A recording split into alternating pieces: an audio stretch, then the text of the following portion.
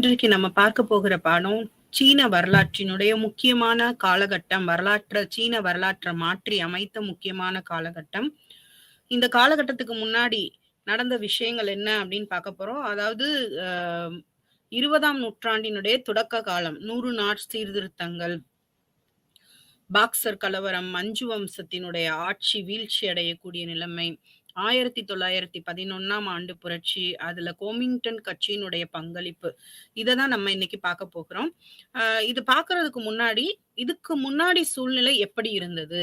சீனாவுல இதுக்கு முன்னாடி பொருளாதாரம் மிக பாதிக்கப்பட்ட நிலைமையில இருந்துச்சு. ஏன் அப்படின்னா, நம்மளுடைய சீன ஜப்பானிய போர் 1894 95ல நடைபெற்ற போர். அந்த போர்லயும் சீனா தோல்வியை தழுவிச்சு ஜப்பான் இடத்துல. தைப்பிங் கலவரம் நடந்தது. அந்த தைப்பிங் கலவரமும் அவ்வளோ பெரிய மாற்றத்தை சீனாவுல கொண்டு வர முடியல. அதனுடைய தொடர்ச்சியா 100 நாள் சீர்திருத்தங்கள் அப்படின்னு அழைக்கப்படக்கூடிய சீர்திருத்தங்களை சீனாவுல கொண்டு வந்தாங்க. இந்த சீர்திருத்தங்களை கொண்டு வருவதற்கான நோக்கங்கள் என்ன? எதனால கொண்டு வந்தாங்க அப்படின்னு நம்ம பார்க்க போறோம். 1898வது வருஷம் ஜூன் 11ஆம் தேதியில இருந்து செப்டம்பர் 16ஆம் தேதி 100 நாட்கள் வரைக்கும் மட்டுமே இந்த சீர்திருத்தங்கள் அமல்படுத்தப்பட்டுச்சு. அதனாலதான் இதற்கு 100 நாட்கள் சீர்திருத்தங்கள் அப்படின்னு பேரு. இதை அமல்படுத்தினவர் யார் அப்படின்னா இளவரசர் குவாங்சு. இந்த 100 நாள் சீர்திருத்தங்கள் ஏற்படுறதுக்கு என்ன காரணம்? முதல்ல சீனாவுடைய நிலைமை ரொம்ப மோசமா இருந்தது. அந்நியர்களுடைய ஆதிக்கத்துல சீனா அதிகமா பாதிக்கப்பட்டிருந்துச்சு. அவங்களுடைய வாணிபம் பெருமளவுல பாதிப்பு வீழ்ச்சி அடைஞ்சு, அவங்களுடைய கலாச்சாரம், பாரம்பரியம், அதனுடைய தனித்தன்மை இழந்து போயிருந்தது. சீனாவை பொறுத்த வரைக்கும் அவங்க ரொம்ப பாரம்பரியத்துக்கு முக்கியத்துவம் கொடுத்தவங்க, ரொம்ப பழமைவாதிகள். அவங்களோட பழமைவாத தன்மை எல்லாமே போயிருச்சு. அந்நியர்களுடைய ஆதிக்கம் அதிகமானதுனால இவங்களால எந்த மாற்றத்தையும் அரசியல் அமைப்புலையும் கொண்டு வர முடியல. சமுதாயத்திலையும் ஒரு சீரழிவு ஏற்பட்டிருந்த நிலைமையாதான் இருந்தது சீனா. அதே சமயத்துல பாத்தீங்கன்னா ஜப்பான் பக்கத்துல இருக்கக்கூடிய ஒரு சிறிய நாடுதான். அந்த நாட்டுல இருந்த நிலைமை பார்த்து இவங்களுக்கு ஒரு பெரிய உத்வேகம் வர ஆரம்பிச்சுது. என்ன அப்படின்னா 1904வது வருஷம் ஒரு ரஷ்ய ஜப்பானிய போர் நடைபெற்றது. அதுக்கு தன்னை தயார்படுத்தி கொண்டிருந்த காலகட்டம் ஜப்பான். இந்த சமயத்துல சின்ன நாடுதான் ஜப்பான். சீனாவோட ஒப்பிட்டு பார்க்கும் பொழுது அளவுலையும் சரி, ஜனத்தொகையிலையும் சரி, மிக குறைந்த எண்ணிக்கையை கொண்ட ஒரு ஜப்பான் சீனாவை தோற்கடித்தது இவங்களுக்கு ஒரு பெரிய சவாலா இருந்தது. அது மட்டும் இல்ல, வெளிநாட்டு படைகள் எல்லாவற்றையும் வெற்றி காண விடாம ஜப்பான் தங்களுடைய நாட்டை பெருக்கிக்கிட்டாங்க. ராணுவ பலத்தை பெருக்குனாங்க. புதிய அரசியல் மாற்றங்கள் கொண்டு வரப்பட்டது. ஜெர்மானி அடிப்படையிலான அரசாங்கம் வந்தது. ராணுவ பலம் பெருகி கப்பற்படையில பெரிய சக்தியா உருவெடுத்தாங்க. இதெல்லாம் பார்த்த சீனாக்கு நம்மளை விட சின்ன நாடு இவ்வளோ தூரம் பெருசா வளர்ந்துட்டாங்க, நம்மளால முடியலையே, நம்ம நிலைமை இப்படி இருக்கேன்னு சொல்லி தங்களை தாங்களே குறைவுபட்டு கொண்டாங்க. அப்ப ஏதாவது ஒரு மாற்றம் கண்டிப்பா வேணும். ஜப்பான்ல எப்படி ஒரு பெரிய மாற்றம் வந்தது, மேஜி புரட்சி ஏற்பட்டு மேஜி சீர்திருத்தங்கள் கொண்டு வரப்பட்டுச்சோ, அதே போல நம்ம நாட்டுக்கு ஒரு சீர்திருத்தம் வேணும் அப்படின்னு சொல்லி அவங்க நினைச்சாங்க. இதனோட தொடர்ச்சியா பாத்தீங்கன்னா எதுக்குமே ஒரு ஊக்கம் படுத்துறதுக்கு ஒருத்தர் இருக்கணும் இல்லையா? அதே போல சில சீர்திருத்தவாதிகள் அந்த இடத்துல உருவானாங்க. சன்யாட்சன் அப்படின்னு சொல்லக்கூடிய நவீன சீனாவின் தந்தை அப்படின்னு அவர் அழைக்கிறோம். Sun Yat sen, Kang Yu Wei, Liang சி, இவங்கெல்லாம் புதிய சீர்திருத்தவாதிகளா வர ஆரம்பிக்கிறாங்க. இந்த சன்யாட்சன் அதிகமா மக்களாட்சி கருத்துக்கள்ல அவர் தன்னுடைய கருத்துல உறுதியா இருந்து மற்றவங்களை ஊக்கப்படுத்தினாரு. குறிப்பா இளைஞர்கள் மத்தியில இவருக்கு நல்ல ஒரு வரவேற்பு இருந்தது. அந்த இளைஞர்கள் கிட்ட எப்படி ஒரு புதிய சீனா உருவாக்கணும், ஒரு மறுமலர்ச்சியை சீனாவுல கொண்டு வரணும்ன்றதுக்கான ஒரு எழுப்புதல் பேச்சு இவர் கொடுத்தாரு. அடுத்தது காங்யூ வி, இவர் மேலை நாட்டு பழக்க வழக்கங்கள்ல ரொம்ப நம்பிக்கையோட வெளிநாடுகள்ல சென்று படிச்சுட்டு வந்து மேலை நாட்டுல அந்த முறைகள் எப்படி இருக்கு, அதை நம்ம எப்படி சீனாவில பின்பற்றலான்றதை எடுத்து சொல்றாரு. அடுத்தது லியாங்சி.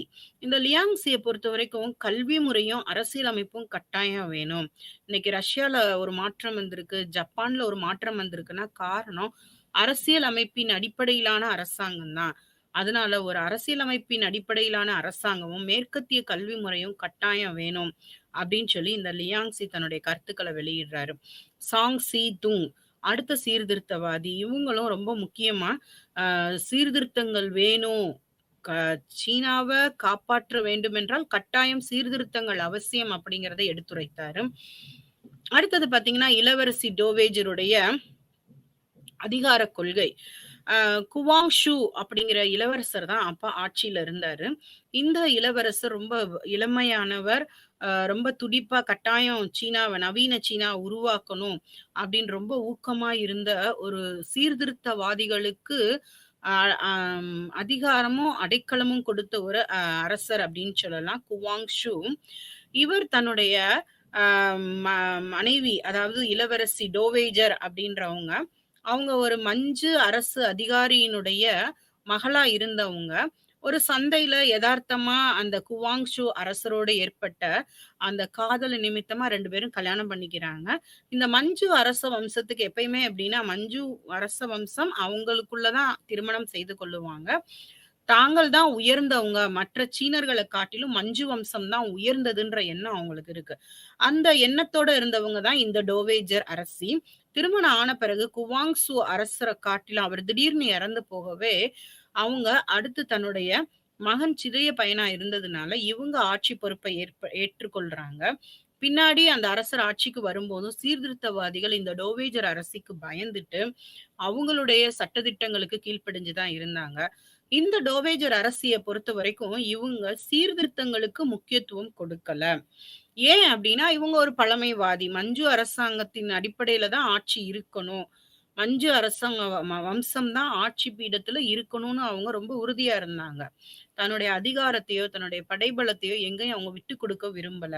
அதனால சீர்திருத்தங்கள் வந்துச்சு அப்டின்னா, நம்மளுடைய ஆட்சி பாதிக்கப்படும்ன்ற ஒரு காரணத்தினால, இந்த இளவரசி டோவேஜர் அவங்களுடைய அந்த சீர்திருத்த முயற்சிகளுக்கு ஆதரவு கொடுக்கல.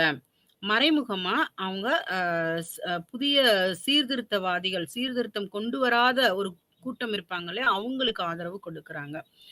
ஆனா, இந்த அரசர் என்ன செய்றாரு அப்படின்னு பார்த்தீங்கன்னா, ஒரு மாற்றம் கட்டாயம் வேணும். நம்மளுடைய சீனாவ தலைநிமிர செய்யணும் உலக அரங்குல அப்படின்னு நெனச்சதுனால, அவர் ஆட்சிக்கு வந்த பிறகு, அவர் தன்னுடைய 48 கட்டளைகள வெளியிடுறாரு. இதுக்கு முன்னாடி பார்த்தீங்கன்னா, வடநாட்டவர், தென்னாட்டவர் அப்படின்னு 2 பிரிவுகள் வருது. வடநாட்டவர் கட்சி, தென்னாட்டவர் கட்சி அப்படின்னு 2 பிரிவு அவங்களுடைய அரசாங்கத்துக்குள்ளேயே வர ஆரம்பிக்குது. இந்த வடநாட்டவர் கட்சி இளவரசி டோவேஜருக்கு ஆதரவாகவும், ஆ தென்னாட்டவர் கட்சி குவாங்கு அப்படிங்கிற அந்த அரசருக்கு ஆதரவாகவும் செயல்படுறாங்க. இப்படி 2 விதமான குழுக்கள் அங்க அரசாங்கத்துக்குள்ளே இருந்து செயல்பட்டது. இருந்தாலும் அரசன் ஆ தைரியமா இந்த 48 கட்டளைகளையும் வெளியிடுறாரு. இந்த 48 கட்டளைகள் அவங்களுக்கு ஒரு 100 நாட்கள், அதாவது முன்னாடி நம்ம பார்த்த மாதிரி அந்த ஜூலைலருந்து செப்டம்பர் வரைக்கும் 100 நாட்கள் மட்டும் செயல்படுத்தப்படும் அப்படின்னு சொன்னதுனால, இதுக்கு 100 நாள் சீர்திருத்தங்கள் அப்படின்னு சொல்லி பேரு. இந்த 100 நாள் சீர்திருத்தங்கள வெளியிடுறாங்க. இந்த 100 நாள் சீர்திருத்தங்களுடைய முக்கியத்துவம் என்ன அப்படின்னு பார்த்தீங்கன்னா, விஷயம் இளைஞர்களுக்கு முன்னுரிமை குடுக்குறாங்க. இளைஞர்கள் தான் நாட்ட வளப்படுத்த முடியும். இளைஞர்களுக்கு தான் எல்லா சக்தியும் உண்டு. அவங்க தான் வந்து நாட்ட புதிய பாதையில கொண்டு செல்ல முடியும் அப்படின்றதுல இவங்க ரொம்ப நம்பிக்கையா இருந்தார் இந்த அரசர். ஏன்னா, அவரு ஒரு இளைஞரா இருந்ததுனால, இளைஞர்களுக்கு வேலை வாய்ப்புகள்லயும் சரி, ராணுவங்கள்லயும் எல்லாவற்றிலயும் முன்னுரிமை குடுக்குறாரு. 2வது விஷயம் வெளிநாடுகளுக்கு பயணம் செல்ல அனுமதிக்கிறாங்க. இதுக்கு முன்னாடி பார்த்தீங்கன்னா, சீனாவுக்கு இரும்பு திரை நாடு அப்டின்னே பேரு. ஏன் அப்டின்னா, அவங்க வெளிநாட்டுக்காரங்களையும் உள்ள ரொம்ப அதிகமா விடல ஆரம்ப காலகட்டங்கள்ல.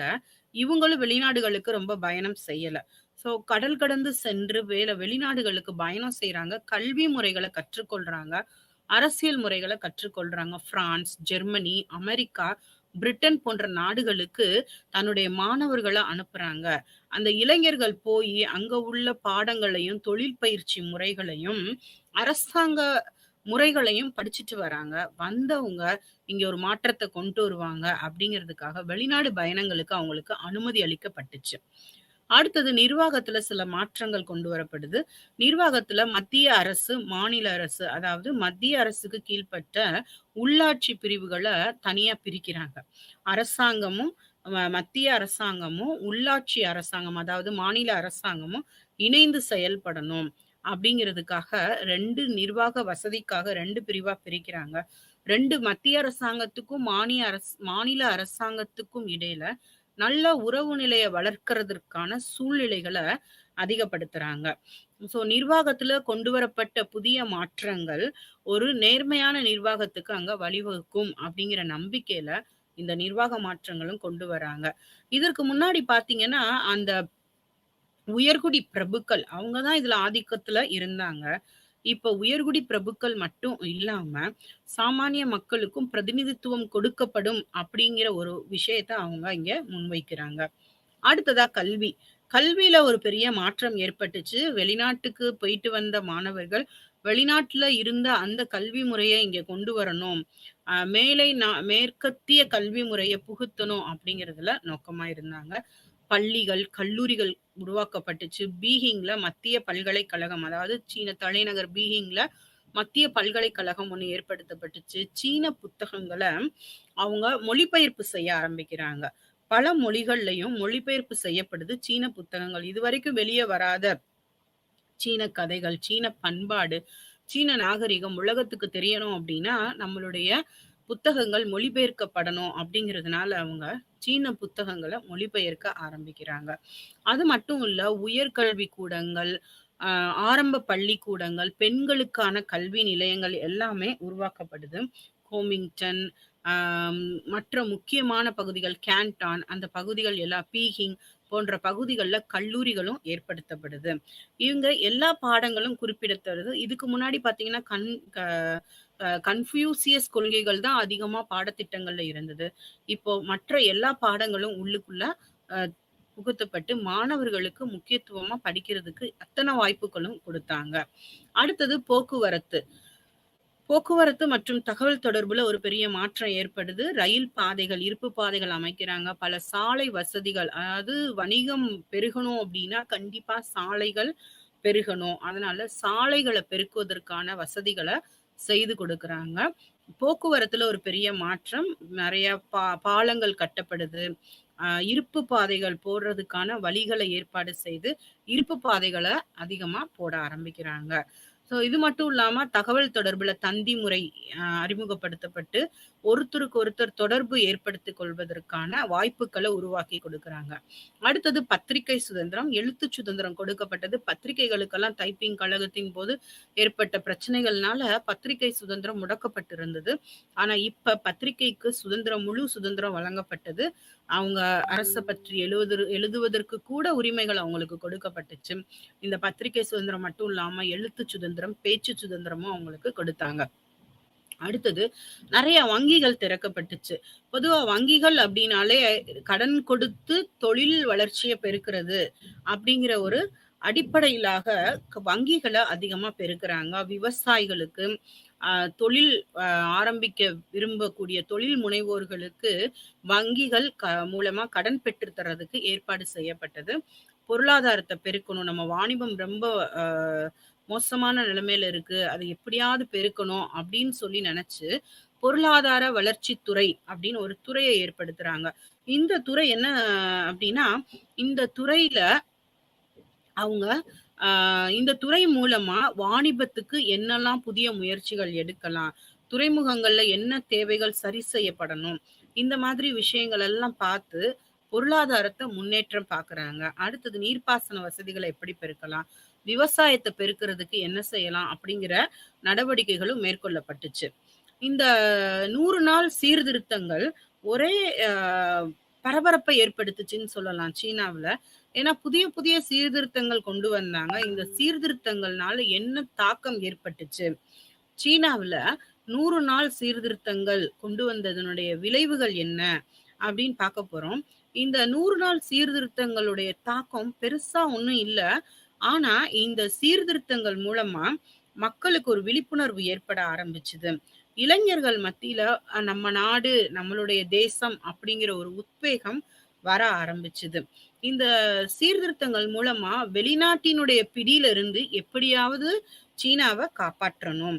நம்மளுடைய மஞ்சு வம்சம் புகழ்பெற்ற வம்சம். மஞ்சு வம்சத்தினுடைய ஆட்சியின் குறைபாடுகள நம்ம களையணும்.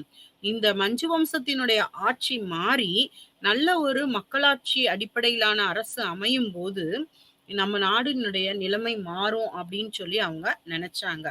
அது மட்டும் இல்லாம நம்மளுடைய நாட்ட பிடிச்சு வச்சிருக்கிறதுக்கு காரணம் யாரு? அந்நியர்கள். அந்த அந்நியர்கள் எல்லாம் வெளியேற்றப்படும் போது நம்மளுடைய நாட்டினுடைய முன்னேற்றம் தடையில்லாம இருக்கும்னு நினைச்சாங்க. சோ இந்த சீர்திருத்தங்களுடைய முக்கியமான விளைவு 2 தான். மஞ்சு வம்ச ஆட்சி மாறி மக்களாட்சி மலரணும். 2வது இந்த அந்நியர்களுடைய பிடியிலிருந்து சீனா காப்பாற்றப்படணும். இந்த 2 நோக்கங்கள் இந்த சீர்திருத்தங்களின் விளைவா வந்தது அப்படின்னு நம்ம சொல்லலாம். அடுத்தது இந்த சீர்திருத்தங்கள் பெரிய அளவுல எதிர்பார்த்த அளவுல வெற்றி இல்ல. அரசர் நினைச்சாரு, குவாங்கு அரசர் பெரிய அளவுல நம்ம சீர்திருத்தங்கள் வெற்றி அடையும் அப்படின்னு நினைச்சாரு. ஆனா அந்த சீர்திருத்தங்கள் பெரிய அளவுல வெற்றி அடையல. ஏன் அப்படின்னா அது தோல்வி அடைஞ்சது மாதிரி தெரிஞ்சா கூட பின்னாடி வரக்கூடிய புரட்சிகளுக்கு அது ஒரு முன்னுதாரணமா இருந்தது. அது ஏன் தோல்வி அடைஞ்சது அப்படின்னு பாத்தீங்கன்னா, விஷயம் திறமையற்ற ஆட்சியாளர். ஆட்சியாளர் யாருடைய பிடியில டோவேஜர் அரசியை எதிர்த்து செயல்படக்கூடிய அளவுக்கு திறமையான ஆட்சியாளர் இல்லை இந்த குவாங்கு. ரொம்ப அவர் சின்ன இளமையானவர். அதனால அவருக்கு சரியான அரசியல் அனுபவம் இல்லை. எப்படி அந்த சீர்திருத்தங்களை நடைமுறைப்படுத்துறது அப்படிங்கிறது அவங்களுக்கு தெரியல. 2வது மக்கள் மத்தியில ஒரு கருத்து வேறுபாடு இருந்துச்சு. நம்ம வடநாட்டவர் கட்சியை ஆதரிப்பதா, தென்னாட்டவர் கட்சியை ஆதரிப்பதா, இந்த சீர்திருத்தம் ஏன் கொண்டு வந்திருக்காங்க, இந்த சீர்திருத்தத்தினுடைய நோக்கம் என்ன அப்படிங்கறத அவங்க தெரிஞ்சுக்கல. அந்த தெரிஞ்சுக்கக்கூடிய காலம் வர்றதுக்குள்ள சீர்திருத்தங்கள் முடிஞ்சிருது.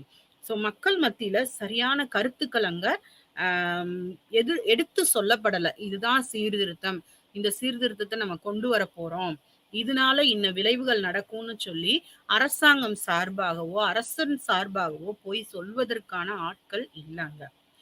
அடுத்தது இந்த சீர்திருத்தங்கள் பாத்தீங்கன்னா சில பகுதிகள்ல மட்டும்தான், அதாவது குவாங்துங், பீகிங், கான்டன் போன்ற இடங்கள்ல மட்டும்தான் பரவுச்சு. மற்ற இடங்கள்ல இந்த சீர்திருத்தங்கள் வரல. குறிப்பா பாத்தீங்கன்னா சீனாவினுடைய தென் பகுதிகளுக்கும் வடகிழக்கு பகுதிகளுக்கும் இந்த சீர்திருத்தங்கள் கொண்டு செல்லப்படல. குறிப்பிட்ட சில இடங்கள்ல மட்டுமே ஏற்பட்ட சீர்திருத்தங்கள் அந்த மக்களுக்கு மட்டுமே தெரிஞ்சது. மத்த மக்கள் இதை ஒரு செய்தியாத்தான் கேட்டாங்க. அரசர் அதை செய்தார், இதை செய்தார், இந்த சீர்திருத்தம் கொண்டு வந்தார் அப்படிங்கிறத செய்தியா மட்டும்தான் கேட்டாங்களே ஒழிய அவங்களுக்கு இந்த சீர்திருத்தங்களை பத்தின ஒரு அறிவு கிடையாது. ஏன் அப்படின்னா இந்த சீர்திருத்தங்கள் அவங்களுக்கு தெரியாது. அவங்களுடைய பகுதியில இது அறிமுகப்படுத்தப்படவும் இல்லை. குவாந்தும், பீகிங், கான்டன் பகுதிகளில் மட்டும்தான் இந்த சீர்திருத்தத்தை பத்தின விழிப்புணர்வு இருந்தது. அடுத்த காரணம் என்ன, ஏன் இந்த சீர்திருத்தம் தோல்வி அடைஞ்சிருச்சு அப்படின்னு பாத்தீங்கன்னா, வர்த்தகர்களுக்கு இதுல ஒரு பக்கம் லாபமா இருந்தா கூட அவங்களுக்கு தொழில் துறை ஏற்படுத்தப்பட்டு கொண்டு வரப்பட்டது. விவசாயிகளுக்கு நீர்ப்பாசன வசதிகள் கொடுத்தாங்க, கடன் கொடுத்தாங்க. ஆனா இவங்க ஏன் ஆதரிக்கல அப்படின்னா, நாளைக்கு பின்னாடி தோவேஜர் அரசினுடைய ஆட்சி மாறிடுமோ, இந்த சீர்திருத்தங்கள் தொடர்ந்து நமக்கு பலன் கொடுக்குமா அப்படிங்கிற அச்சத்துல இந்த வர்த்தகர்களும் சரி, விவசாயிகளும் அவங்க சரியான விதத்துல ஆதரிக்கல. 2வது உயர்குடி பிரபுக்கள் அல்லது உயர்ந்த வர்க்கத்தினர் இதுவரைக்கும் நிறைய சலுகைகளை அவங்க அனுபவிச்சுட்டு வந்தாங்க. இப்ப இந்த சலுகைகள் எல்லாம் நம்மளுடைய கையை விட்டு போயிரும். சீர்திருத்தத்துல அவங்க நிர்வாக நடவடிக்கையில ஒரு முக்கியமான விஷயத்தை எடுத்தாங்க. அந்த நிர்வாக சீர்திருத்தத்துல அவங்க கொண்டு வந்த ஒரு குறிப்பிட்ட ஒரு பகுதி என்ன அப்படின்னா, தேவையற்ற பதவிகளை ஒழிக்கிறது. அரசாங்கத்தினுடைய செலவு குறைப்பதற்காக தேவையில்லாத பதவிகள் இருக்கும்னா அந்த பதவிகள் எல்லாம் அரசாங்கத்துல இருந்து ஒழிச்சிருவோம் அப்படின்னு இவங்க சொன்னதை இந்த உயர் வர்க்க பிரபுக்களால ஏற்றுக்கொள்ள முடியல. ஏன்னா அந்த உயர் வர்க்கத்தினர் ரொம்ப வேலையும் செய்ய மாட்டாங்க. ஆனா அரசாங்கத்துல பெரிய உயர் பதவியில இருந்து அரசு வருமானத்தை பெற்றுக்கொண்டவங்க. அவங்களால இந்த புதிய சீர்திருத்தங்கள் வந்தா நம்ம மக்களுக்கு உழைக்கணும், நம்மளுடைய சலுகைகளை நம்ம அனுபவிக்க முடியாது அப்படிங்கிற ஒரு காரணத்தினால அவங்க ஆதரவு கொடுக்கல. மறைமுகமா அந்த டோவேஜர் அரசிக்கு அவங்க ஆதரவு கொடுத்தாங்க. அடுத்த காரணம் என்னன்னா, வெளிநாட்டவர்களால சீனா தன்னுடைய மதிப்பை இழந்து போயிருச்சு. இந்த சீர்திருத்தங்கள் என்னதான் கொண்டு வந்தாலும் சீனாவினுடைய மதிப்பு உலக அளவுல ரொம்ப குறைவாகவே இருந்தது. யாருனாலும் போலாம் சீனால, யாருனாலும் வாணிபம் பண்ணலாம், யாருனாலும் போய் எந்த பகுதியினாலும் பிடிக்கலாம் அப்படிப்பட்ட ஒரு மனோபாவம் தான் அந்த காலகட்டத்துல சீனாவ பத்தி அவங்களுக்கு இருந்தது. அமெரிக்கா, பிரிட்டன், பிரான்ஸ், ஜெர்மனி எந்த நாடுனாலும் சீனாவ நம்ம ஈஸியா வளைத்துக் கொள்ளலாம் அப்படிங்கிற எண்ணம் இருந்ததுனால, உலக நாடுகள் அளவுல சீனா தன்னுடைய மதிப்பை இழந்து போயிருந்தது. அதனால இந்த சீர்திருத்தங்கள் பலனளிக்கல அப்படின்னு நம்ம சொல்லலாம். இந்த சீர்திருத்தங்கள் தோல்வி அடைஞ்சிருந்தா கூட, பின்னாடி வந்த 1911ஆம் ஆண்டு புரட்சி, பாக்சர் கழகம் போன்ற புரட்சிகளுக்கு இது வழிவகுத்தது அப்படின்னு நம்ம சொல்லலாம். இருந்தாலும் கூட இந்த அரசன் எடுத்த முயற்சி சீனாவ இன்னும் ஒரு படி, இன்னும் ஒரு மைல்கல் அப்படின்னு நம்ம சொல்லலாம். ஏன்னா புதிய புதிய கல்வி முறையும் சீர்திருத்தங்களும் கொண்டு வர வேண்டிய கட்டாயத்துல நம்ம எப்படியாவது கொண்டு வந்தா நம்ம மஞ்சு அரசாங்கத்தை காத்து கொள்ளுவோம் அப்படின்னு அவங்க நினைச்சாங்க. ஆனாலும் மஞ்சு அரசினுடைய வீழ்ச்சி அப்படிங்கிறது தவிர்க்க முடியாத காலத்தின் கட்டாயமா மாறிடுச்சு. இன்னும் ஒரு சீர்திருத்தத்துக்கு அது வழிவகுத்தது. பின்னாடி வந்த காலகட்டத்துல இன்னும் ஒரு சீர்திருத்தம் வேணும், இந்த சீர்திருத்தம் பத்தாதுன்ற அளவுக்கு இது அந்த சீர்திருத்தம் பெரிய அளவுல ஒரு பாதிப்பை ஏற்படுத்தல. அடுத்ததா நம்ம பார்க்க போறது பாக்சர் கலவரம். பாக்சர் கலவரம் அப்படின்னா என்ன? அவங்களுடைய முக்கியமான நோக்கமே அந்நியரே சீனாவை விட்டு வெளியேறு. இந்த பாக்சர் கலவரத்தினுடைய நோக்கம் அந்நியரே சீனாவை விட்டு வெளியேறு. இதுதான் அதனுடைய தாரக மந்திரமா இருந்துச்சு. என்ன செஞ்சாங்க? அந்நியர்கள் எப்படி உள்ள வந்தாங்க அப்படின்னா, சீனாவ கூறு போட்டணும் அப்படிங்கிறது அவங்களுடைய நோக்கம். இதுல இருக்கிற அந்த படத்துல பாத்தீங்கன்னா தெரியும். England, Germany, America, France, Britain, France போன்ற நாடுகள், ரஷ்யா, இந்த நாடுகள், ஜப்பான், இந்த நாடுகள் எல்லாம் சேர்ந்து சைனாவில நம்ம ஆக்கிரமிப்பு செய்யணும் அப்படிங்கிறது அவங்களுடைய நோக்கமா இருந்தது. இந்த நோக்கத்தை புரிஞ்சு கொண்ட ஒரு குறிப்பிட்ட சங்கத்தை சேர்ந்தவங்க கலவரம் செய்யறாங்க. கலவரத்துல ஈடுபட்டு வெளிநாட்டவர்களுக்கு எதிராக கிளர்ச்சி செய்யறாங்க. அந்த கிளர்ச்சியை தான் பாக்சர் கலவரம் அப்படின்னு சொல்றோம். இந்த கலவரத்துல பாத்தீங்கன்னா வெளிநாட்டுக்காரங்க எந்த அளவுக்கு சீனாவை ஆக்கிரமிப்பு செய்திருக்கிறாங்க அப்படிங்கிறத உணர்ந்து அந்த எப்படியாவது வெளிநாட்டுக்காரங்களை துரத்தி விடணும் சீன மண்ணில இருந்து அப்படிங்கிறத முழு மூச்சாக ஈடுபட்டு இந்த பாக்சர்கள் கலவரம் செஞ்சாங்க. முதலா இது எங்க ஆரம்பிச்சது அப்படின்னா 1799 சாந்தூங் பகுதியில தான் இந்த பாக்சர் கலவரம் ஏற்பட்டுச்சு. இந்த பாக்சர் கலவரத்தினுடைய புரட்சிக்கான காரணங்கள் என்ன? சரி, ஏன் இத பாக்சர் கலவரம் அப்படின்னு சொல்றோம்னா, இந்த போராட்டத்துல ஈடுபட்ட அந்த சங்கத்தை சேர்ந்தவர்கள் அவங்க அதிக அளவுல இந்த மற்போர் வீரர்களா, மல்யுத்த வீரர்களா இருந்தாங்க. அந்த பாக்சர்ஸ் அப்படின்னு சொல்லக்கூடிய அந்த மல்யுத்த வீரர்கள் அதிகமா இந்த கலவரத்துல பங்கு கொண்டதுனால இதற்கு பாக்சர் கலவரம் அப்படின்னு சொல்லி பேரு. முதலாவது ரகசிய சங்கங்கள் ஏற்படுத்தப்படுது. 1770 முதல்ல ஒரு ரகசிய சங்கம், ரைட் டயக்ராம் அப்படின்னு சொல்லக்கூடிய ரகசிய சங்கம் ஏற்படுது. அதை தொடர்ந்து ஹூங் யூ அப்படிங்கிற ஒரு ரகசிய சங்கம் ஏற்படுத்தப்படுது. அடுத்தது ரைச்சியசஸ் ஃபிஸ்ட் அப்படின்னு சொல்லக்கூடிய பாக்சர் சங்கம், ரைச்சியசஸ் ஃபிஸ்ட் அப்படின்னு சொல்லக்கூடிய பாக்சர் சங்கம் அதுவும் ஏற்படுத்தப்படுது.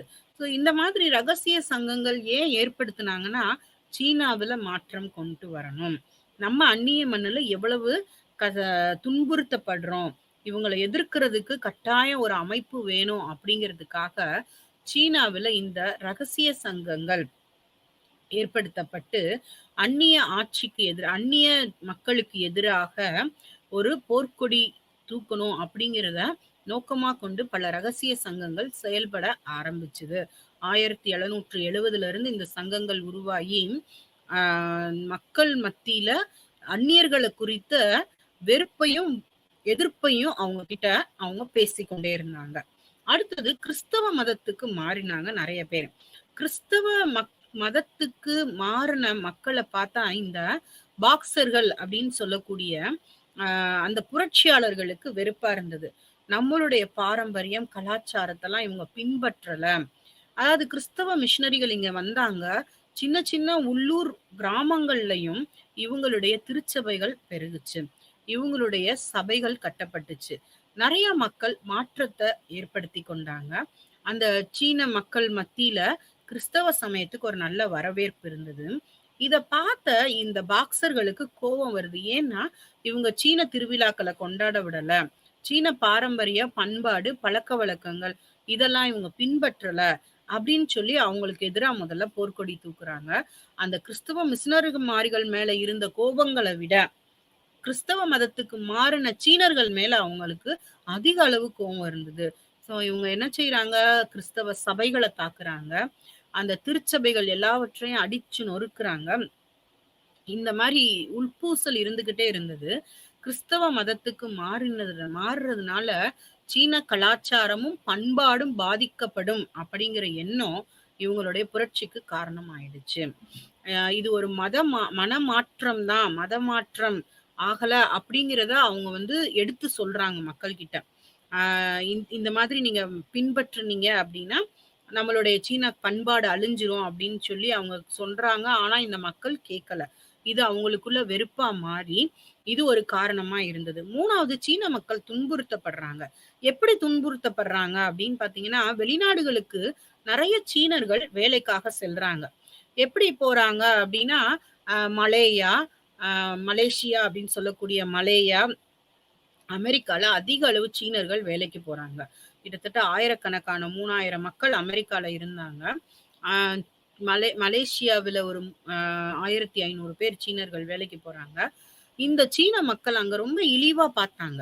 அவங்களுக்கு எந்த விதமான அடிப்படை வசதிகளும் ஏற்படுத்தி கொடுக்கல. அவங்கள அவங்க பார்த்த பார்வை இழிவா இருந்தது. ஆனா அதே சமயம் இங்க சீனாவுல பார்த்தீங்கன்னா, அந்நியர்கள் ரொம்ப அழகா அப்படி அரசர் போல அவங்க வந்து செயல்பட ஆரம்பிச்சாங்க. அவங்க வச்சதுதான் சட்டம் அப்படிங்கிற மாதிரி வெளிநாட்டுல இருந்து வந்த எந்த வெளிநாட்டுக்காரங்களா இருந்தாலும் சரி, பிரிட்டன் ஆகட்டும், பிரான்ஸ் ஆகட்டும், மற்ற நாடுகள் அமெரிக்காவர்களா இருக்கட்டும், யாரா இருந்தாலும் இங்க என்ன செய்றாங்க, ரொம்ப சந்தோஷமா அவங்க வாழ்றாங்க. ஆனா நம்மளுடைய மக்கள் வெளிநாட்டுல எப்படி இருக்காங்க, துன்புறுத்தப்பட்டு அடிமை போல நடத்தப்படுறாங்க. அப்படிங்கிற எண்ணம் இவங்களுக்கு வெளிநாட்டுல இருந்து திரும்பி வந்த இந்த சீனர்கள் இத பத்தி சொல்லும்போது அவங்களால அத ஏற்றுக்கொள்ள முடியல. 2வது சிலர அனுப்பி விட்டுட்டாங்க. அமெரிக்கால இருந்தும், மலேசியாவில இருந்தும் அவங்க அனுப்பி விடுறாங்க.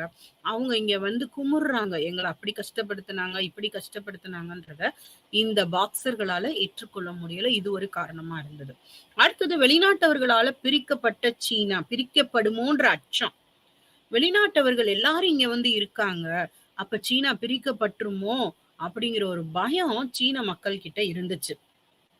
ஏன்னா, ஆ ஜான் ஹே அப்படின்னு சொல்லக்கூடிய அமெரிக்காவினுடைய செயலர் ஒரு கொள்கைய கொண்டு வராரு.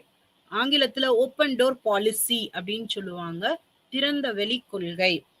யார் வேண்டுமானாலும் சீனாவில வந்து வாணிகம் செய்யலாம். சீனாவினுடைய இறைமைத்தன்மை பாதிக்கப்படக்கூடாது. யாருனாலும் வரலாம் அப்படின்னு. போட்டிக்கு ஜப்பான் பார்த்தீங்கன்னா, சீன ஜப்பானிய போர் முடியுது. 21 டிமாண்ட்ஸ் அப்படின்னு சொல்லி ஒண்ணு கொண்டு வராங்க. அதுக்கப்புறம். ஆ சிமினோசகி அப்படிங்கிற உடன்பாடு வருது. அந்த உடன்பாடு படி என்ன நடக்குது? பின்னாடி வந்த அந்த 21 கட்டளைகளும் சரி, முன்னாடி வந்த சிமினோசகி உடன்படிக்கை இது எல்லாமே சீனாவில ஜப்பானுக்கு முன்னுரிமை கொடுக்கப்படணும். சலுகைகள் கொடுக்கப்படணும். சாந்தூங்ல எங்களுக்கு ஒரு அலுவலகத்துக்கு அ அ எங்களுக்கு ஒரு உரிமை கொடுக்கப்படணும். நாங்க கோட்டைகள கட்டிக்கொள்ளுவோம், துறைமுகங்கள அமைத்துக் கொள்ளுவோம்னு ஜப்பான் ஒரு பக்கம் அவங்கள்ட்ட ஒரு கட்டளை வச்சிருக்காங்க. அமெரிக்கா யாரையும் கேட்காம சீனா மேல ஒரு கொள்கைய அமெரிக்கா திணிக்கிறாங்க. ரஷ்யா சீனாவுக்கு ஆதரவா இருக்கிற மாதிரி வெளியில காட்டிக்கிட்டாலும், சீனாவுல ஆதிக்கம் செலுத்தணும் அப்படிங்கிறது தான் ரஷ்யாவினுடைய முழு நோக்கமா இருக்க ஆரம்பிச்சது. பிரிட்டனும், பிரான்ஸும் நல்ல சந்தர்ப்பத்தை எதிர்பார்த்துக்கிட்டு இருக்காங்க. எப்படா சீனாவில போய் வாணிபம் செய்யலாம். ஏன்னா, அங்க மக்கள் தொகை ரொம்ப அதிகம். அதனால அவங்களுக்கு ஒரு நல்ல சந்தையா சீனா இருந்தது. எப்படி இவங்களுக்குள்ள போய் நம்ம ஆதிக்கத்த செலுத்த முடியும்? ஜெர்மனி, ஆஸ்திரியா, ஹங்கேரி இவங்களும் சளைச்சவர்கள் இல்லன்ற மாதிரி, அவங்களும் தங்களுடைய பங்குக்கு சில துறைமுகங்கள அங்க பிடிச்சு வச்சுக்கிட்டாங்க. ஸோ சீன அ துறைமுகங்களும், கடற்கரை பகுதிகளும் இந்த வெளிநாட்டவர்களுடைய கட்டுப்பாட்டுக்குள்ள வந்ததுனால, ம் பிடிச்சுட்டு போயிருவாங்களோ! அப்படிங்கிற ஒரு பயம் அவங்களுக்குள்ள இருந்தது. அடுத்தது பார்த்தீங்கன்னா, மஞ்சு வம்சத்தினுடைய திறமையற்ற ஆட்சி. மஞ்சு வம்சம் தான் 1644 இருந்து நெடுங்காலமாக ஆட்சி செய்து வரக்கூடிய ஒரு அரசாங்கமா இருந்தது, வம்சமா இருந்தது. ஆனா இதுல பார்த்தீங்கன்னா, இப்ப திறமையற்ற ஆட்சியாளர்கள். டோவேஜர் அரசி இருக்காங்க. குவாங்ஷு வந்தாரு. இவங்கலாம் அவ்வளோ திறமையான ஆட்சியாளர்கள் இல்ல. எப்படியாவது நம்மளுடைய ஆட்சிய தக்க வைத்துக் கொள்ளணும்னு டோவேஜர் அரசி போராடுனாங்க. ஆனாலும் அவங்களுக்கு திறமை இல்ல. எந்த மஞ்சு வம்சத்தினுடைய சேர்ந்த அரசர்கள் திறமை இல்லாம நாடு அந்நியர்களுடைய ஆதிக்கத்தின் கீழ பிடிபட்டு கிடக்கு. புரட்சிகள் வெடிக்குது. புரட்சிய கட்டுப்படுத்தக்கூடிய திறமையும் இல்ல. அந்நியர்கள வெளியேற்றக்கூடிய தைரியமும் இல்லாத ஒரு திறமையற்ற ஆட்சியாளர்களாக மஞ்சு வம்சத்தினுடைய ஆட்சியாளர்கள் இருந்தாங்க. இதெல்லாம் சேர்ந்ததோட இயற்கையும் தன்னுடைய பங்குக்கு கைகோர்த்துக்குச்சு. இயற்கை சீற்றங்கள் அடிக்கடி வர ஆரம்பிச்சது. சீனாவுல உங்களுக்கு தெரியும் அடிக்கடி வெள்ளங்கள் ஏற்படும். இந்த சீனாவுல ஒரு பெரிய கடும் பஞ்சம் ஏற்பட்டது. 1890ல இருந்து 96 வரைக்கும் சில இடங்கள்ல அதிகமான உச்சகட்ட பஞ்சம் ஏற்பட்டுச்சுன்னு சொல்லலாம். இந்த பஞ்சம் முடிஞ்சு வெள்ளப்பெருக்கும் ஏற்பட்டுச்சு. ஸோ ஏற்கனவே சீனா கடன்ல இருக்கு. அ சீ ஜப்பானுக்கு சீன ஜப்பானிய முதல் போருக்கு பின்னாடி நாங்க இவ்வளோ தொகை நஷ்ட ஈடு தர்றோம்னு சொல்லி பெரிய ஒரு தொகைய நஷ்ட ஈடா கொடுத்ததுனால ஒரு பெரிய கடன் சுமை இருக்கு. அதோட இந்த பஞ்சமும், வெள்ளமும் சேர்ந்து இவங்களுடைய பொருளாதார நிலைமைய ரொம்ப மோசமா மாத்திருச்சு. அடுத்தது ராணியாருடைய ஆதரவு. இந்த புரட்சியாளர்கள், பாக்சர்கள் மஞ்சு வம்ச ஆட்சி திரும்ப வரணும், அந்நியர்கள் வெளியேறணும் அப்படின்னு சொல்லி இவங்க போராட்டம் பண்ணுனதுனால, அவங்களுக்கு மறைமுகமா ராணியார் ஆதரவு கொடுக்குறாங்க. மறைமுகமா ஆதரவு கொடுக்குறாங்க. ஒரு குறிப்பிட்ட காலகட்டத்துல அ புரட்சி கைமீறி போகும்போது, நேரடியாவே அவங்க ஆதரவு குடுத்தாங்க.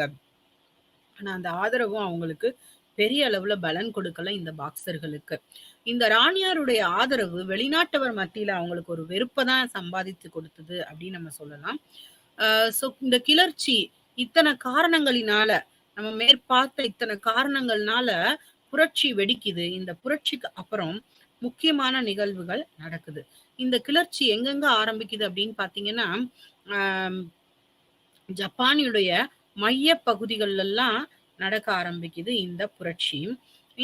இந்த கிளர்ச்சியில பெரிய அளவுல ராணுவ புரட்சி ஏற்பட்டு, குவாண்டங், குவாந்துங், ஷிங்கா இந்த மாரி பகுதிகள்லாம் எல்லா இடங்கள்லயும் புரட்சி வெடிக்க ஆரம்பிக்குது. ராணுவ புரட்சிகள் அங்கங்க கிளர்ச்சியாளர்கள் இந்த பாக்சர்கள் சேர்ந்து, குறிப்பா வட சீன பகுதிகள் எல்லாவற்றிலயும் இந்த கிளர்ச்சிகள நடத்த ஆரம்பிக்கிறாங்க.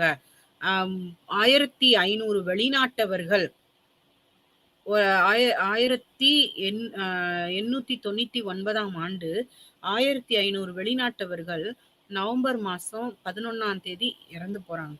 கொல்லப்படுகிறார்கள். அடுத்த நாளே ஜெர்மானியைச் சேர்ந்த பகுதி சில ஆளுநர்களும் கொல்லப்படுறாங்க. வெளிநாட்டவர்கள இவங்க கொன்னு குவிக்க ஆரம்பிக்கிறாங்க.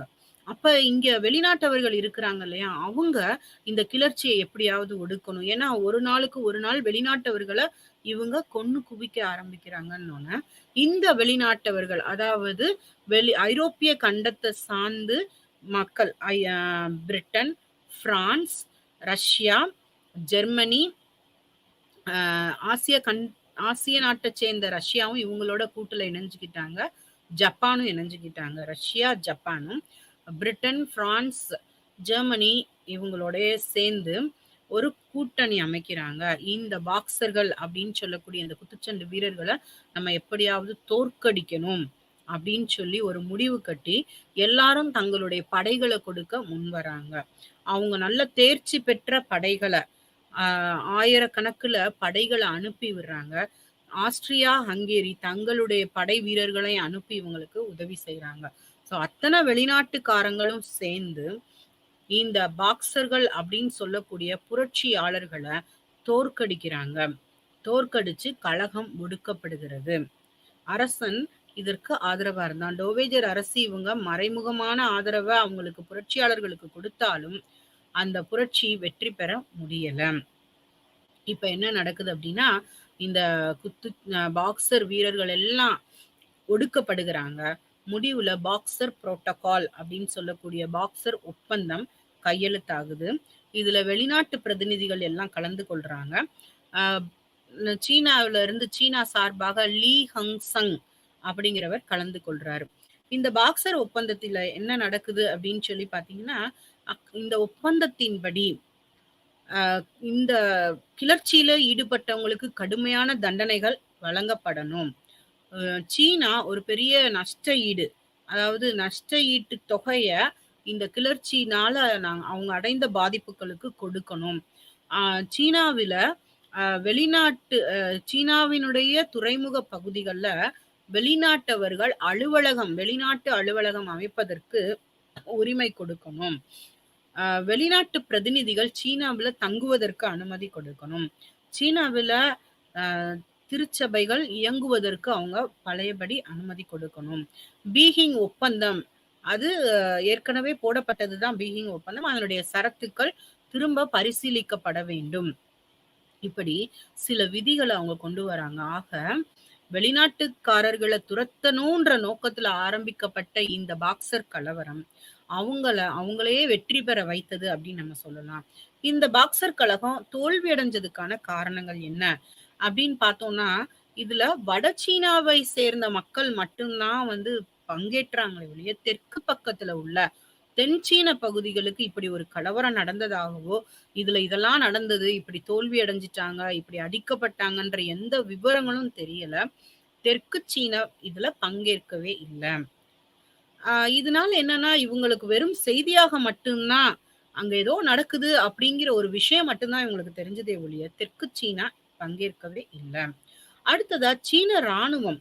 அ சரியான பயிற்சி இல்ல.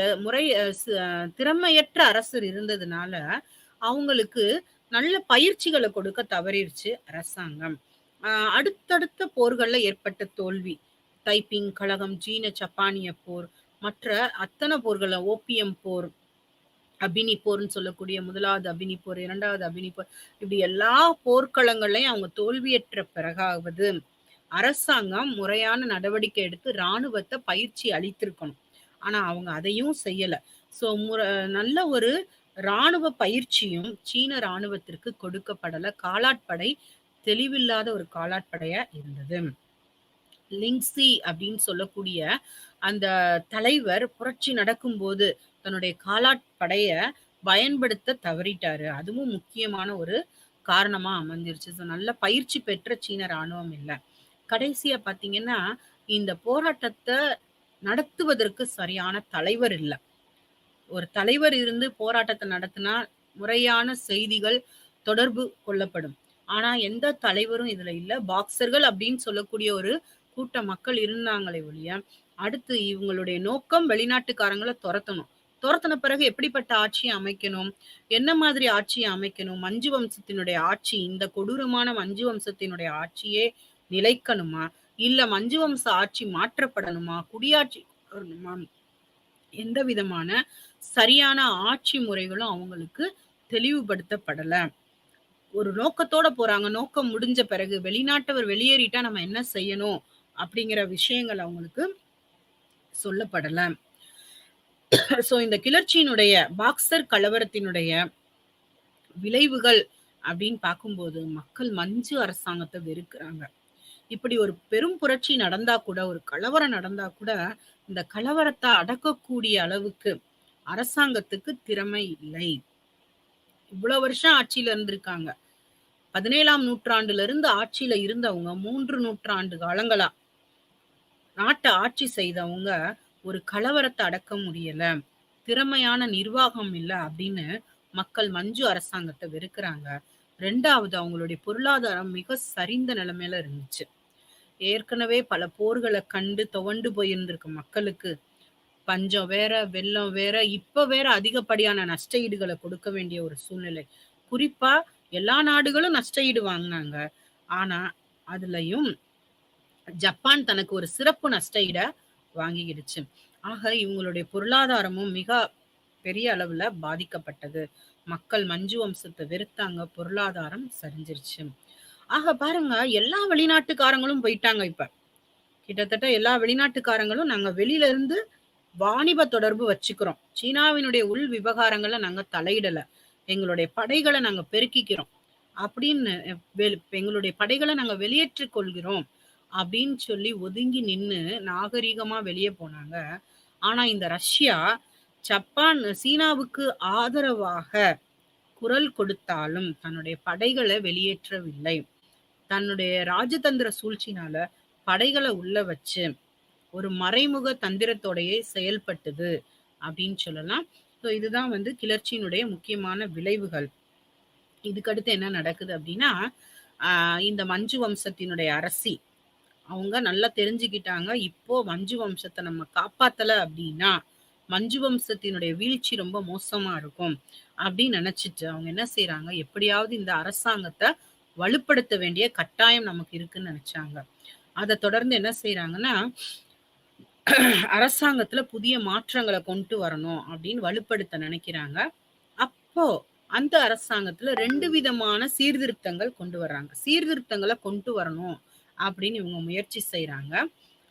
அப்ப அரசாங்கத்துல தீவிர சீர்திருத்தவாதிகள், மிதமான சீர்திருத்தவாதிகள் அப்படின்னு 2 பிரிவுகளா வர ஆரம்பிக்கிறாங்க.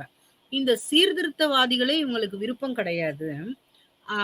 இந்த எப்படியாவது சீனாவ சீர்திருத்தம் செய்து ஒரு மாற்றத்த கொண்டு வரணும். 100 நாள் சீர்திருத்தம் அவங்களுக்கு திருப்தி அளிக்கல. இந்த சீர்திருத்தங்கள கொண்டு வரணும்னு மக்கள் போராடுறாங்க. அதுல 2 விதமான சீர்திருத்தவாதிகள் உருவாகுறாங்க. அதிகமா போராட்டம் செய்து தீவிரமா சீர்திருத்தம் கொண்டு வரணுன்றவங்க, அரசியலமைப்புக்கு உட்பட்டு மஞ்சு அரசாங்கத்தின் அடிப்படையில சீர்திருத்தங்கள கொண்டு வரணும்னு நினைத்தவங்க மிதமான சீர்திருத்தவாதிகள். இதுல தீவிர சீர்திருத்தவாதிகள் மஞ்சு அரசாங்கத்துக்கு எதிரானவர்கள். குறிப்பா பாத்தீங்கன்னா, சில மனிதர்களுடைய முயற்சிகளும் சன்யாட்சன், சியாங் சேக், யுவான் ஷிகாய் போன்ற மனிதர்களுடைய சீர்திருத்த முயற்சிகளும் இந்த முக்கியமான சீர்திருத்தங்களுக்கு உதவியா இருந்தது. குறிப்பா சுங் சிங் துங் அப்படிங்கிறவர் எழுதின லேர்ன் கற்றல் அப்படிங்கிற அந்த நூல் அவங்க கிட்ட ஒரு விழிப்புணர்வை ஏற்படுத்துது. எப்படி இந்த அரசாங்கத்தை மாற்றி அமைக்கலாம் அப்படின்னு சொல்லி. அதன்படி என்ன செய்றாங்க, சில சீர்திருத்தங்களை மஞ்சு வம்சம் ஏற்படுத்துது. அதாவது தோவேஜர் அரசு என்ன செய்றாங்க, சில சீர்திருத்தங்களை கொண்டு வராங்க. கல்வி சீர்திருத்தங்கள், முதல்ல கல்வி இது மாறினா தான் எல்லாம் மாறும் அப்படின்னு கல்வியில புதிய மாற்றங்களை கொண்டு வராங்க. மேற்கத்திய பாணியிலான கல்வி இல்ல, பழைய முறையிலான கல்வி புதுப்பிக்கப்படணும். பல பள்ளிகள் உருவாக்கப்படணும். நிறைய வாய்ப்புகள் கொடுக்கப்படணும் கல்வியில அப்படின்னு சொல்லி கல்வியில ஒரு சீர்திருத்தம் கொண்டு வராங்க. அடுத்ததா கலப்பு திருமண சட்டங்கள். பொதுவா பாத்தீங்கன்னா, இந்த மஞ்சு வம்சம் தான் உயர்ந்தவங்கன்னு நினைப்பாங்க. சீனர்களை இழிவா பார்த்தாங்க. அந்த மாற்றம் வேணும் அப்படிங்கிறதுக்காக மஞ்சு வம்சத்தினரும் இந்த சீன வம்சத்தினரும் கலப்பு திருமணங்கள் செய்து கொள்ளலாம் அப்படின்னு சொல்லி கலப்பு திருமண சட்டங்கள் இயற்றப்படுது. அடுத்தது ராணுவ சீர்திருத்தங்கள். காலாட்படைய அதிக அளவுல உறுதிப்படுத்துறாங்க. கப்பற்படையையும் நம்ம பெருக்கணும். ஏன்னா நம்ம அதுல நம்மளை சுற்றி வெளிநாட்டவர்கள் இருக்காங்க. அவங்கள்ட்ட இருந்து நம்ம பாதுகாத்து கொள்ளப்பட வேண்டும் அப்படின்னா நம்மளுடைய ராணுவம் பலப்படுத்தப்படணும் அப்படின்றதுல ரொம்ப உறுதியா இருக்காங்க. அதனால புதிய தலைவர்களை போய் வெளிநாடுகள்ல படிச்சுட்டு வர சொல்லி அங்க எப்படி ராணுவ முறை இருக்கு, அதன்படி நம்மளுடைய ராணுவத்தை மாற்றி அமைக்கணும், சீர்படுத்தணும்னு சொல்லி நினைக்கிறாங்க. அடுத்ததா ஓபியம் தடை. இளைஞர்கள் எல்லாம் பாத்தீங்கன்னா இந்த அபினின்னு சொல்லக்கூடிய அந்த போதைப் பொருளுக்கு அடிமையாகி சீனாவினுடைய நிலை உலக அளவுல அழுக்கா அழுக்கான ஒரு நிலைமையில சீனாவை பார்த்தாலே இழிவாய் நினைக்கக்கூடிய அளவுக்கு வெளிநாட்டவர்களுடைய அந்த ஓபியம் அப்படின்னு சொல்லக்கூடிய அபினி வியாபாரம் அதிகமா இருந்துச்சு. சோ அந்த போதையில மயங்கி மக்கள் என்ன செய்யறாங்க, நாட்டை பற்றின ஒரு சிந்தனை கிடையாது, உழைப்ப பற்றின ஒரு சிந்தனை கிடையாது. இப்படி சூழ்நிலையில இருக்காங்க. அதுக்கு காரணமான அந்த அபினிய தடை செய்யணும்னு சொல்லி அந்த அபினின்னு சொல்லக்கூடிய அந்த ஓபியம் தடை செய்யறாங்க. பொதுநலத்துறை அப்படின்னு ஒரு துறை உருவாக்கப்பட்டு மக்கள் தங்களுடைய குறைகளை சொல்லி எங்கனாலும் அணுகலாம், யார் மூலனாலும் என்ன செய்யலாம் அணுகலாம் அப்படின்னு சொல்லி ஒரு துறை உருவாக்கப்பட்டு மக்கள் குறை கேட்கக்கூடிய ஒரு துறையா அது அமைஞ்சிருந்தது. அடுத்ததா அரசியலமைப்புல சில மாற்றங்கள் கொண்டு வரணும். அரசியலமைப்புக்கு உட்பட்ட அரசாங்கம் அமைந்ததுனாலதான் ஜப்பானும் முன்னேறுச்சு, ரஷ்யாவும் முன்னேறுச்சு. அதனால நம்மளும் என்ன செய்யணும், அரசியலமைப்புக்கு உட்பட்ட ஆட்சி வரணும் அப்படின்னு சொல்லி இந்த சீர்திருத்தவாதிகள் நினைச்சாங்க. குறிப்பா இந்த அரசாங்கம் நினைச்சது அதுல தொடர்ச்சியா என்ன செய்றாங்கன்னா, ஒரு அரசியல் அமைப்பு உருவாக்கப்படுகிறது. 1908ஆம் ஆண்டு அரசியலமைப்பு சட்டம் கொண்டு வரப்படுது. இந்த அரசியலமைப்பு சட்டம் ஏற்றுக்கொள்ளப்பட்டு 1910ல புதிய அரசியலமைப்ப இங்க கொண்டு வராங்க. ஒரு புது அரசாங்கம். அதாவது இந்த அரசியலமைப்பு சட்டத்தினுடைய கூறுகள், சிறப்பு கூறுகள் என்னன்னா, எல்லா ஒரு ஒரு அரசியல் குழு ஒண்ணு அமைக்கப்படும். அரசாங்கத்துல மக்களுக்கு பிரதிநிதித்துவம் கொடுக்கப்படும். ஆனா இறுதியான முடிவு மன்னருடையது தான். வெளிநாட்டு விவகாரங்கள் ஆகட்டும், வெளியுறவுத்துறை கொள்கைகளாகனாலும், மற்ற எல்லா முக்கியமான விஷயங்கள், ஆ ஆ அவசர நிலை பிரகடனம் மற்றும் மற்ற எல்லா காரியங்கள்லயும் அரசனுடைய முடிவே இறுதியானது அப்படின்னு சொல்லி இவங்க என்ன செய்றாங்க, அரசனுக்கு அதிக அதிகாரங்களை இந்த அரசியலமைப்பு சட்டம் கொடுத்தது. சீர்திருத்தவாதிகள் நினைச்ச விஷயமே மக்களுக்கு அதிக உரிமைகள் வேணும், அரசனுடைய உரிமைகள் எடுக்கப்படணும்.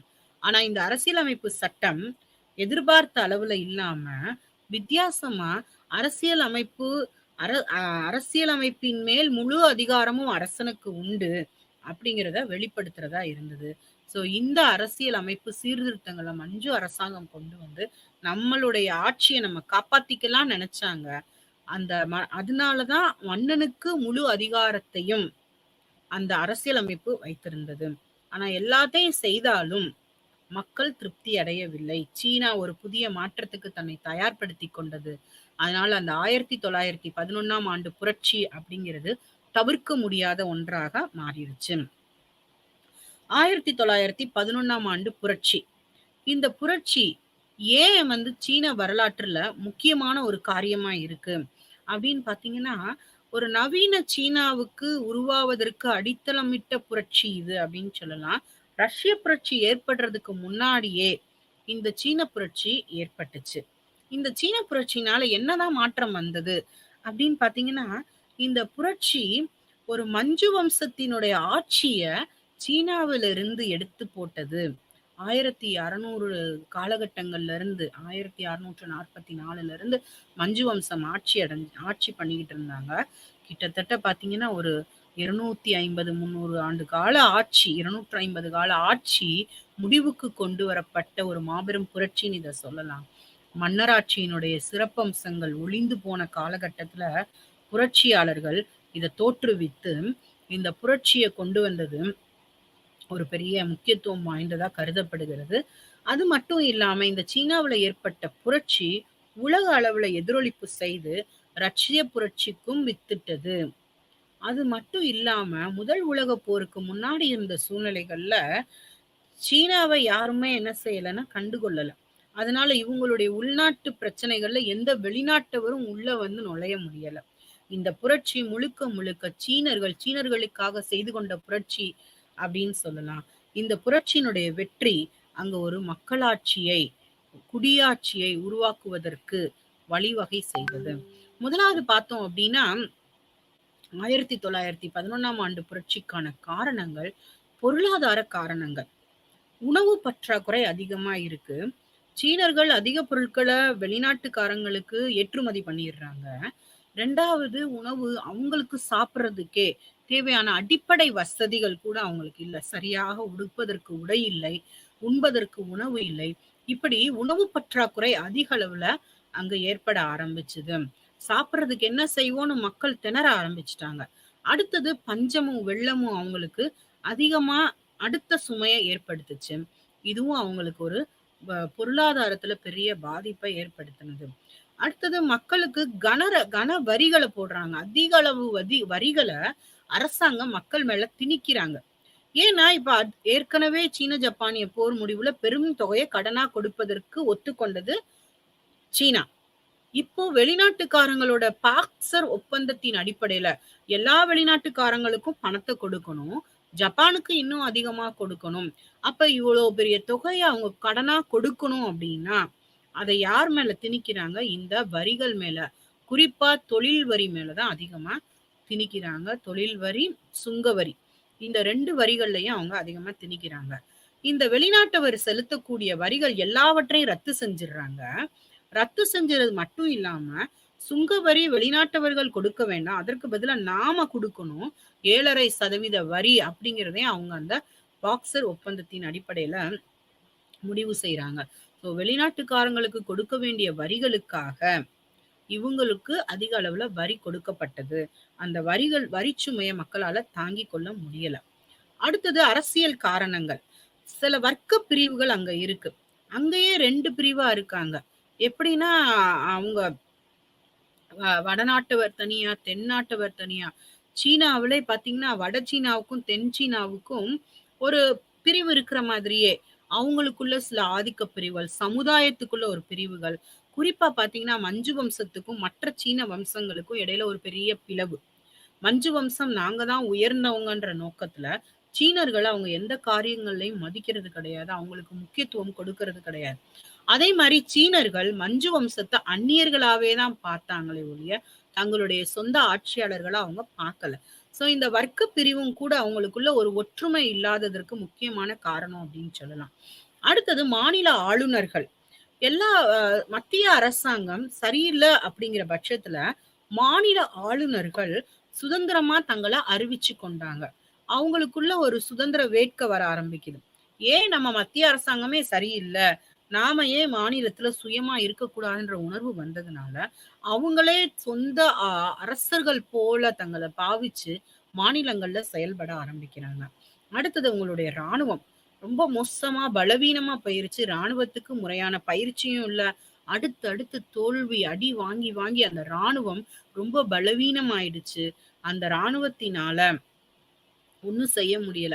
அப்ப அந்த ராணுவத்த சீர் செய்து, சரி செய்ய வேண்டிய நிலைமையில இருக்கக்கூடிய அரசாங்கமும் அத சரி செய்யல.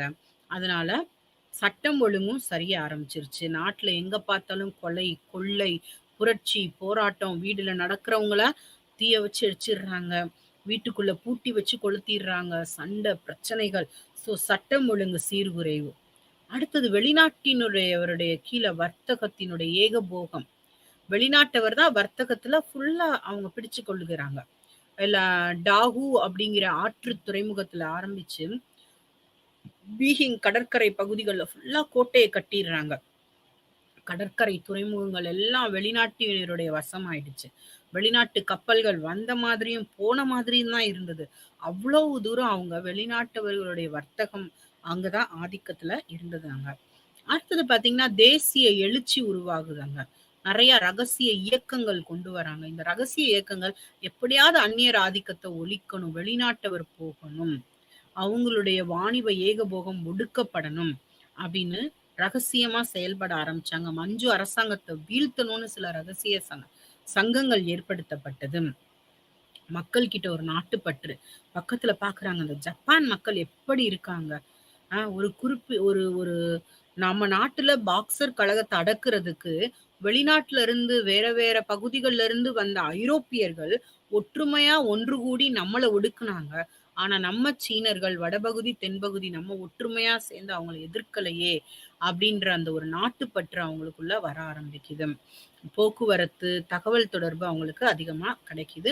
தந்தி, போக்குவரத்து, சாலை வசதி இது மூலமா ஒருத்தர் எளிதாக தொடர்பு கொள்ள வசதிகள் ஏற்படுத்தி கொடுக்கப்பட்டது.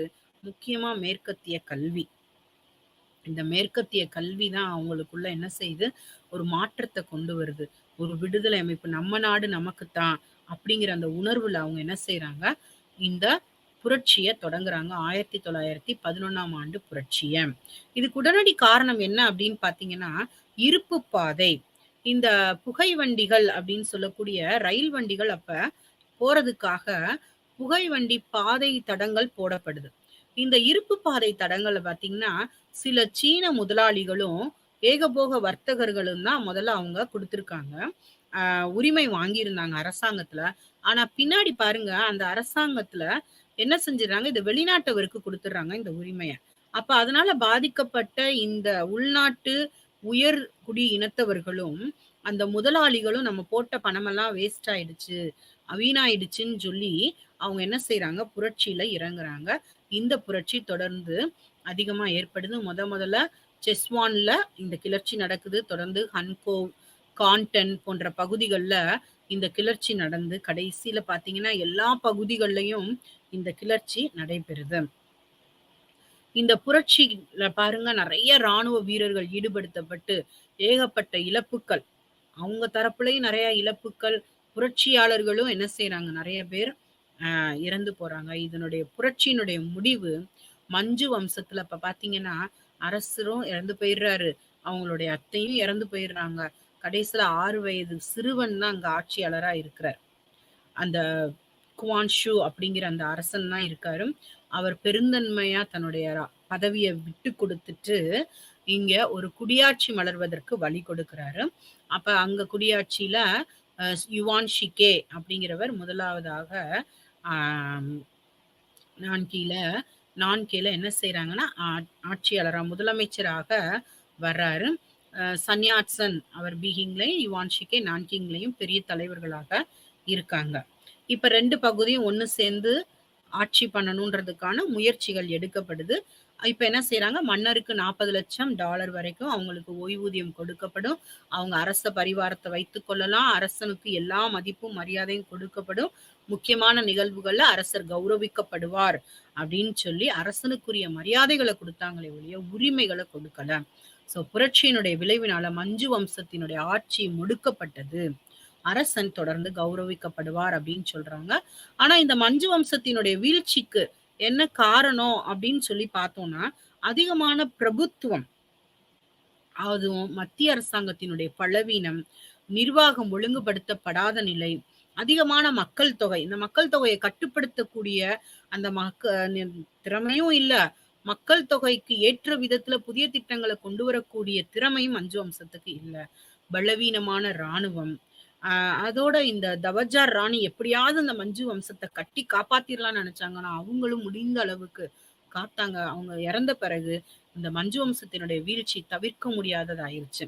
அடுத்தது சீன ஜப்பானிய போர்ல தோத்தது, மற்ற தைப்பிங் கழகம், சீர்திருத்தங்கள் கொண்டு வந்து வெற்றி பெற இதெல்லாம் மஞ்சு வம்சத்தினுடைய வீழ்ச்சிய தவிர்க்க முடியாது. மக்கள் மத்தியில மஞ்சு வம்சத்தினுடைய செல்வாக்க ஒழிச்சிருச்சு. இது போக அதிகமான வரி, கடன் சுமைய மஞ்சு வம்சம் ஏற்படுத்திருச்சு. அதனால இந்த மஞ்சு வம்சத்தினுடைய ஆட்சி வீழ்ச்சிய தழுவ வேண்டிய சூழ்நிலையா மாறிடுச்சு. அடுத்தது பார்த்தீங்கன்னா, சன் யாட்சன். இந்த சன் யாட்சன் அவருடைய முயற்சியும் மக்கள ஒரு ஜனநாயகத்த கொண்டு வரணும்னு நெனச்ச இவருடைய தத்துவங்களும், டுங் மிங் ஹூய் அப்படின்னு சொல்லக்கூடிய அவருடைய அந்த சங்கமும் இவங்களுடைய வீழ்ச்சிக்கும் 1911ஆம் ஆண்டு புரட்சிக்கும் முக்கியமான காரணமா இருந்தது. கடைசியா பார்த்தோம்னா கோமிங்டன் கட்சியினுடைய வளர்ச்சி. இந்த கோமிங்டன் கட்சி 3 முக்கியமான நோக்கங்கள வச்சிருந்தது. நாட்டுப்பற்று, குடியாட்சி, மக்கள் வாழ்வாதாரம். இந்த கோமிங்டன் கட்சியில பார்த்தீங்கன்னா, சன் யாட்சன் அவர் தான் தலைவரா இருந்து நடத்துறாரு. இவருடைய தத்துவங்கள் தான் நாட்டுப்பற்று, அதிகமான தேசப்பற்று இருக்கணும். தேசத்துல அரசராட்சி, மன்னராட்சி முடிஞ்சு குடியாட்சி உருவாக்கப்படணும். மக்களுடைய நிலைமை, மக்களுடைய வாழ்க்கை தரம் இன்னும் கூடணும். மக்களுக்கு உண்ண உணவு, உடுக்க உடை, அவங்களுக்கு தேவையான கல்வி முறை எல்லாமே கொடுக்கப்படணும் அப்படின்னு சொல்லி அவங்க நினைச்சாங்க. இந்த 3 காரியங்களும் தான் கோமிங்டன் கட்சியினுடைய நோக்கமாவும் இருந்தது. அதனால இவங்களுக்கு பிரிச்சது அவங்க கட்சிக்குள்ள செயலகம், அமைப்பு வாரியம், செய்தி தொடர்பு துறை, வெளிநாட்டுத்துறை அப்படின்னு சொல்லி 4 பிரிவுகளா என்ன செய்றாங்க இவங்க பிரிக்க ஆரம்பிச்சு இந்த கட்சியினுடைய வளர்ச்சிக்கு பாடுபடுறாங்க. யுவான் ஷிகே முதலாவது இந்த கட்சியினுடைய தலைவரா இருந்தாரு. 1913ஆம் ஆண்டு இவர் தன்னுடைய ஆட்சியை ஏகபோகமா மாத்தி தனக்கு எல்லா உரிமையும் கொண்டு வரணும்னு நினைச்சப்ப அந்த கட்சிக்குள்ள பிளவு ஏற்பட்டது. அவருடைய மறைவை தொடர்ந்து சன் யாட்சன் தொடர்ந்து இந்த கோமிங்டன் கட்சியினுடைய தலைவரா மாறி புதிய மாற்றங்களை கொண்டு வராரு. சன் யாட்சன் தலைமையில கோமிங்டன் கட்சி அதிகமா வளர்ச்சி அடைஞ்சது. இவர் இந்த யுவான் ஷிகேக்கு தன்னுடைய தலைவர் பதவிய ஷேர் பண்ணி சீன ஒற்றுமைக்காக பாடுபட்டார். ஆனா யுவான் ஷிகே அதை தவறாக பயன்படுத்தினதுனால அந்த கோமிங்டன் கட்சிக்குள்ளேயே சில பிளவுகள் வர ஆரம்பிச்சது. ஆனாலும் சன் யாட்சன் தன்னுடைய திறமையினால எல்லா பிரச்சனைகளையும் சரி பண்ணி தேசத்தை ஒரு நல்ல பாதைக்கு கொண்டு போனாரு. சன் யாட்சனுடைய தலைமையில சீனா ஒரு அசூர வளர்ச்சி அடைஞ்சதுன்னு சொல்லலாம். எல்லா பிரச்சனைகளும் முடிஞ்சு சீனா ஒரு நல்ல நிலைமையில ஒரு செல்வாக்கா தன்னுடைய பழைய பேரையும் புகழையும் தக்க வச்சு கொண்டது முக்கியமான ஒரு நிகழ்வா இருந்தது வரலாற்றுல. இதுக்கப்புறம் அவங்க தைரியமா முதல் உலகப் போர் மற்ற காரியங்கள ஃபேஸ் பண்ணாங்க. ஜப்பான எதிர்த்து நிற்கிறதுக்கு ஒரு பெரிய தைரியம் சீனாவுக்கு கிடைச்சது. இந்த 100 நாள் புரட்சி, 100 நாள் சீர்திருத்தங்கள், பாக்சர் கலவரம் மற்றும் இந்த 1911ஆம் ஆண்டு புரட்சி, சன்யான்சனுடைய கோமிங்டன் கட்சியினுடைய அந்த தாக்கம் எல்லாமே சீனாவ ஒரு உச்ச நிலைக்கு கொண்டு சென்றது.